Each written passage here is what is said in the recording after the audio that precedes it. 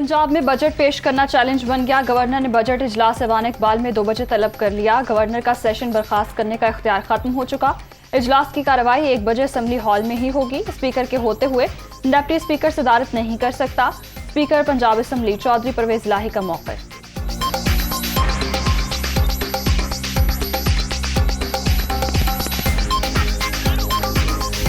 इस तरह के गैर कानूनी हथकंडे जो हैं वो किसी सूरत हम उनको चलने नहीं देंगे। इंशाअल्लाह ताला 1 बजे पंजाब असेंबली का इजलास होगा।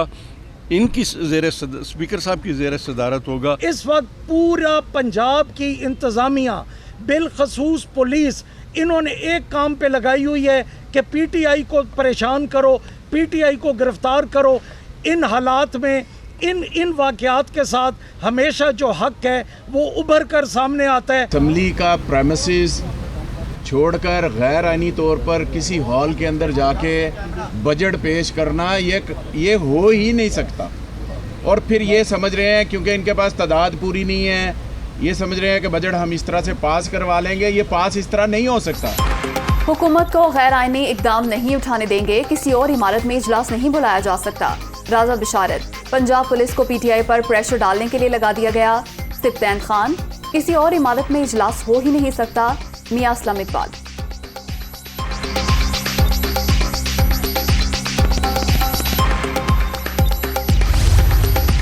जब उनको मालूम हो गया कि वो इजलास प्रोरोग हो गया है तो उन्होंने इसके अंदर ऐलान किया कि आए जी आपको जो जिम्मेवारी मिली है तो इजलास के अंदर बजट को पेश करें। जब इजलास कल दोपहर को 3 बजे होगा, एक फेयर एनवायरनमेंट में होगा, तो हम आवाम के सामने कल इंशाअल्लाह एक बजट भी पेश करेंगे।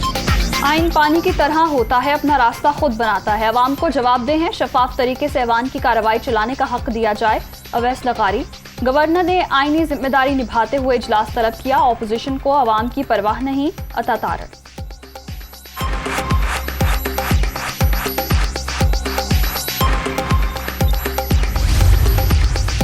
ऐवान के अलावा किसी और जगह असेंबली इजलास बुलाना गैर कानूनी करार। पंजाब की जाली हुकूमत ने बजट मंजूरी के अमल को लतीफ़ा बना दिया। फवाद चौधरी।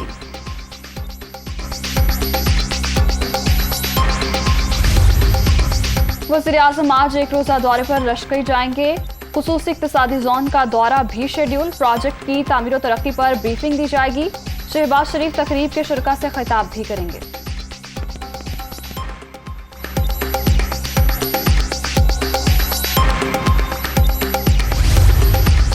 पंजाब में ज़िमनी इंतखाब, चीफ इलेक्शन कमीशन मुतहर्रिक, डिस्ट्रिक्ट रिटर्निंग अफसरान और मॉनिटरिंग अफसरान से राब्ता। इंतखाबी अमल में किसी किस्म का दबाव खातिर में न लाएं। पोलिंग अमल में रुकावट डालने वालों के खिलाफ बिला इम्तियाज कार्रवाई की जाए। सिकंदर सुल्तान राजा।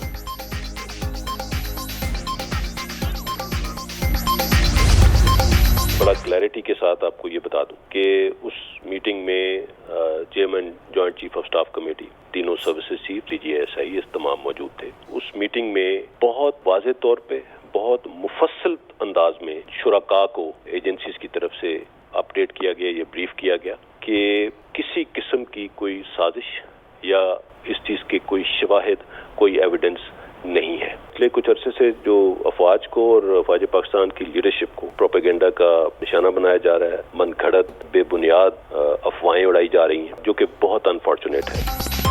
हुकूमत की तब्दीली के लिए कोई साजिश नहीं हुई। तर्जुमान पाक फौज ने बयानिया यकसर मुस्तरद कर दिया। कौमी सलामती कमेटी के दोनों इजलासों में क्लियर बता दिया गया था, कोई सबूत नहीं मिले। तीनों सर्विसेज चीफ्स भी मीटिंग में मौजूद थे। कुछ अरसे से मुसल्लह अफवाज और उसकी क़यादत को निशाना बनाया जा रहा है। ऐसा नहीं होना चाहिए। किसी को हक़ाइक़ मसख़ करने का हक नहीं। DGI SPR major general Babar Iftikhar की ऑन दी फ्रंट में गुफ्तगू।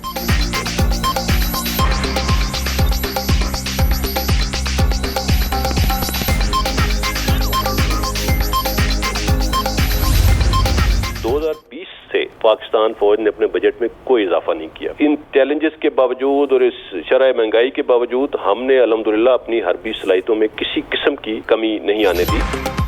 पाक फौज ने अपने बजट में कोई इजाफा नहीं किया। अफवाज में यूटिलिटी बिल्स, पेट्रोल और डीजल की मद में बचत की जा रही है। आर्मी चीफ के हालिया दौरा चीन में कई मेमोरेंडम फाइनल किए गए। दूरस्थ नताइज बरामद होंगे।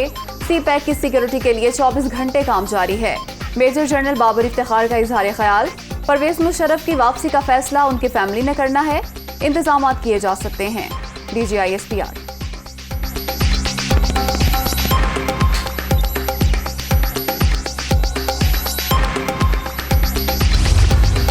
परवेज मुशर्रफ से जाती नाद या दुश्मनी नहीं चाहता। अपने प्यारों के हवाले से जो सदमे उन्होंने बर्दाश्त किए किसी और को भी सहना पड़े। साबिक सदर पाकिस्तान आना चाहें तो हुकूमत सहूलत फराहम करे, नवाज शरीफ का ट्वीट।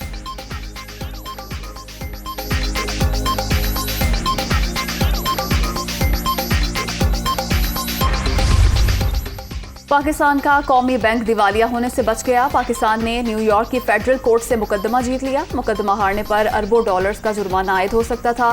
नेशनल बैंक पर दहशतगर्दी के लिए माली इमदाद का इल्जाम था।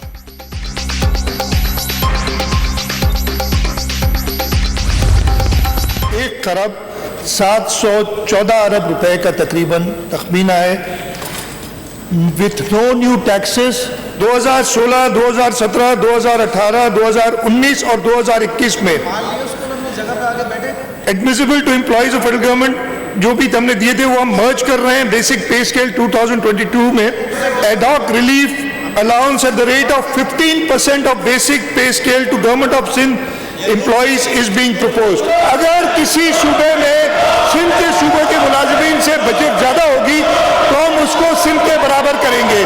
पेंशन में हम 5% बढ़ा रहे हैं। शदीद हंगामे और शोर शराबे में सिंध का 1714 अरब रुपए का बजट पेश।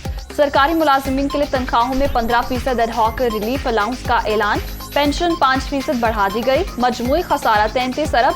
कोई नया टैक्स नहीं लगाया गया। सालाना तरक्याती प्रोग्राम के लिए 362 अरब रुपए मुख्तस। बजट तकरीर के दौरान मुराद अली शाह की जुबान फिसल गई। नवाज शरीफ को वजीर आजम कह दिया। हिज़्ब इख्तिलाफ पर भी शदीद तनकीद।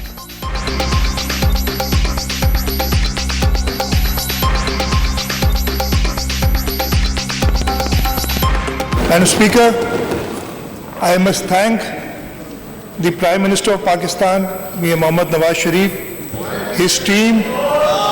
मैंने शहबाज शरीफ कहा था। अच्छा जी। अमेरिका ने अपने मफादात के तहफ़्फ़ुज़ के लिए इम्पोर्टेड हुकूमत मुस्तलद की। अपने दौर में 200 अरब रुपए की सब्सिडी रखी। इन्होंने 10 रोज में पेट्रोल 60 रुपए लीटर महंगा कर दिया। अपनी लूटमार बचाने वालों को अवाम की कोई फिक्र नहीं।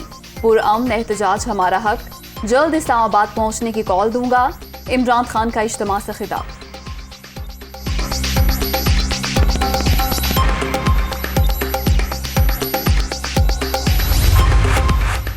मुल्क में आज से प्री मानसून का आगाज। बलाई पंजाब, बलाई खैबर पख्तूनख्वा में बादल बरसेंगे। कश्मीर और गिलगित बल्तिस्तान में भी बारिश का इम्कान। बलोचिस्तान में 17 से 20 जून तक तूफानी बारिशों की पेशगोई। PDMA की मुतालिका महकमों को अलर्ट रहने की हिदायत।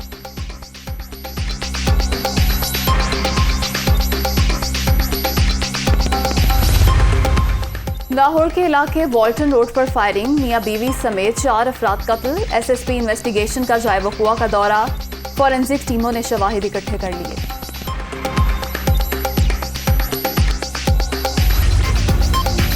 वाशिंगटन में पाकिस्तानी सफीर मसूद खान की अमरीकी सदर से मुलाकात। पाक अमरीका ताल्लुकात पर बातचीत। तकरीब के दौरान सफीरों ने अमरीकी सदर जो बाइडन के साथ तस्वीर बनवाई।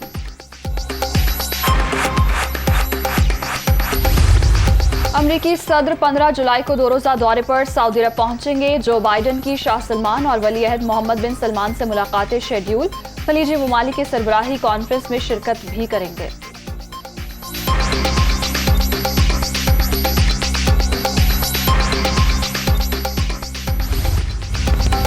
न्यूजीलैंड को 5 विकेट से शिकस्त। इंग्लैंड ने नॉटिंघम टेस्ट जीत लिया। इंग्लिश टीम को 3 मैचेस की सीरीज में 2-0 की फैसला कुन बढ़तरी हासिल। 136 रन की फातिहाना इनिंग्स खेलने वाले Jonny Bairstow player of the match करार।